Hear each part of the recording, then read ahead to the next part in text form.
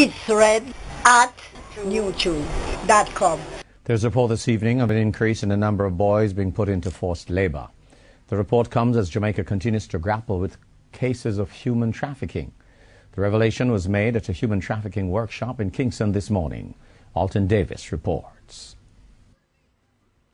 An international study points out that between 700,000 and 2 million people are trafficked across international borders annually.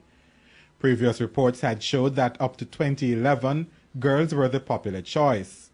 Orain Bailey of the Border Security and Control Unit in the Ministry of National Security says various reports have depicted Jamaica as a source, transit and destination country for trafficked women and children. But according to Mr. Bailey, there's recently been a noticeable change in the previous trend. Specifically on the conditions of forced prostitution and forced labor. In recent times, we have witnessed an increase in the number of victims rescued locally, and in addition, there has been a marked divergence from early discerned trends where, as it is now, males have been found in some bonded labor conditions up to 2011. He argues that due to the widespread nature of human trafficking, Jamaica has had to sign and ratify international treaties in a bid to put a dent in the criminal practice.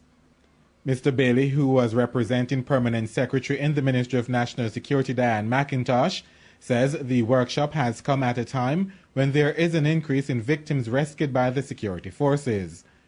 But he did not provide figures to support that information. He noted, however, that the Ministry of National Security has set up the National Task Force on Human Trafficking to devise strategies to deal with the problem. The core emphasis of the task force includes the prevention of human trafficking through public education, the protection of victims, and the prosecution of traffickers. The task force also has within it respective subcommittees established to lead on the various work in each of the respective areas I mentioned. The latest technical skills training on human trafficking began this morning with funding from the International Organization for Migration and the U.S. State Department. Alton Davis, TVJ News. It's read at youtube.com.